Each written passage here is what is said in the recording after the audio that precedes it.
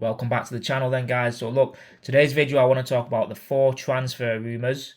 Are they rumours or is it reality? Now on Sunday that's just gone, we believe the Vyökeres deal was literally at the final stages, just a little bit of touches and a signature, medical, all that stuff, and the deal would have hopefully been done by the end of this week. But it seems to have slowed down, so we're going to go through with Norgaard, Vyökeres, Eze and Madueke. What is the truth behind these 4 signings? Are they going to take place, or are Arsenal just not willing to make the last financial steps? So look, let's get into Norgaard first. Nice and simple. Norgaard's been done. Any minute now, Arsenal will be releasing and confirming that Norgaard has signed for Arsenal.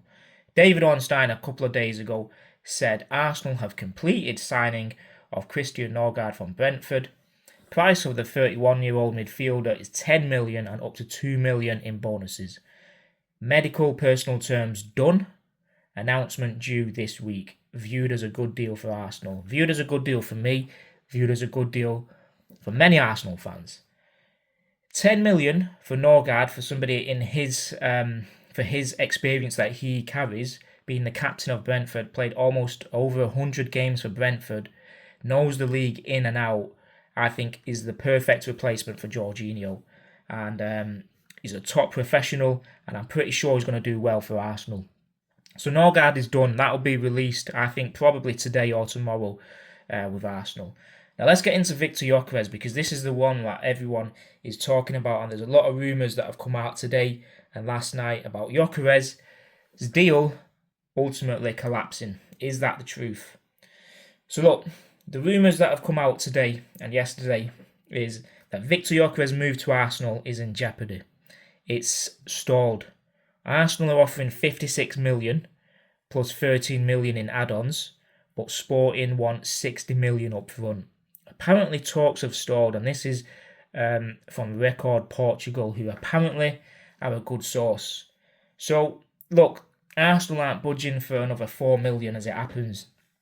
And look, he's 27. I think that's a great deal. 56 million plus 13 million in add-ons. Obviously, he's one of the best strikers in the world at the minute.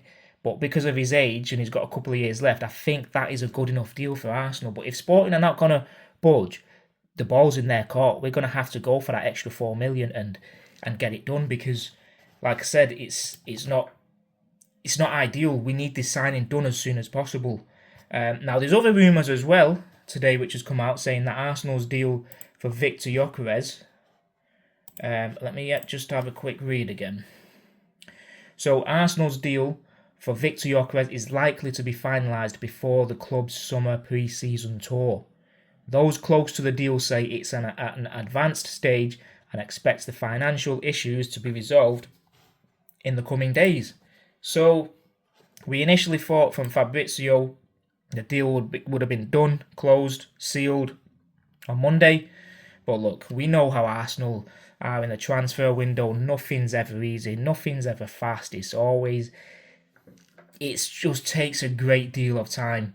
Now, I think we will get it done, but there's a lot of talk on the social media that the talks have collapsed and that Victor Gyökeres doesn't mind waiting until the end of the season and going out on loan to another European side. I hope that's not true, and I hope we just get a bombshell today saying Gyökeres has it's been sealed, it's done, the transfer is complete, and it's just subject to medical and stuff like that.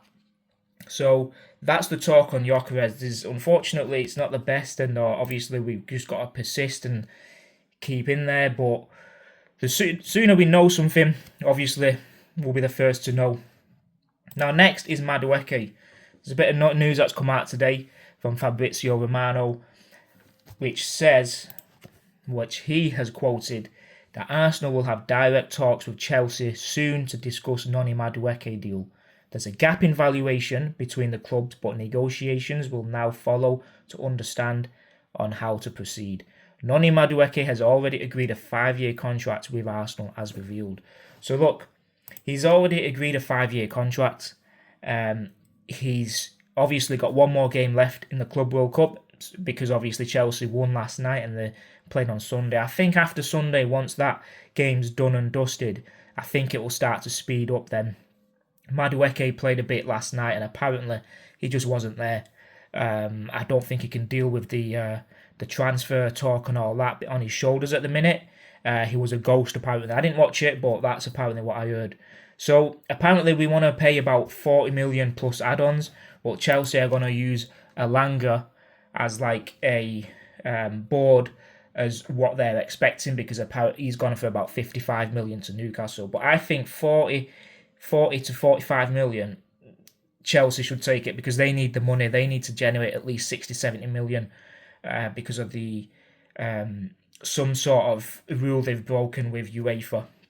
So apparently Madueke is desperate to join Arsenal, and it's just a matter of Arsenal coming in for the bid and making it possible, which hopefully I do, like I've said in my videos before, want Madueke. If it's a separate signing from Eze, Rodrigo, Vyökeres, because it's a squad addition depth, which is something we've not had for the past few seasons.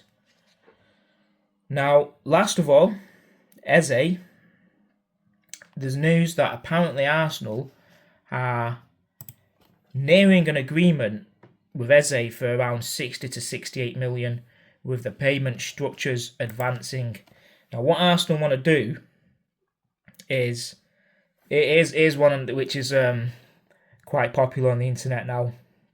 Arsenal are closer to reaching an agreement with Crystal Palace over the payment structure for the transfer of Eze. The North London Giants are understood to be offering an initial 45 mil, with the remainder of the 67.5 release clause to be paid later in performance-related bonuses, which are likely to be quite easy to meet. So I'm not sure Palace are going to accept that. If that is true, 45 mil and then the rest of it in bonuses, add-ons. If we can pull that off, that's going to be it. Honestly, it's going to be one of the best signings we've done in a long time, especially for 45 mil, and then the rest is on add-ons, installments and stuff like that. But I don't think Crystal Palace will accept that 45 mil plus add-ons. But you never know, because we do have a good relationship with Palace. I mean, last season we've done business with them through Eddie Nketiah, and I believe they've had another player of ours in the last few seasons. Was it Rob Holding? Yeah, Rob Holding for a couple of mil, I think, or he went for 3. So hopefully the negotiations take place over the coming days, and if we can get Eze and Vyökeres done in the next 2.5 weeks, even Madueke, we're looking like a force. So that's the reality behind those 4 transfers. There's nothing new as of now which has been released. As usual, we'll keep you updated.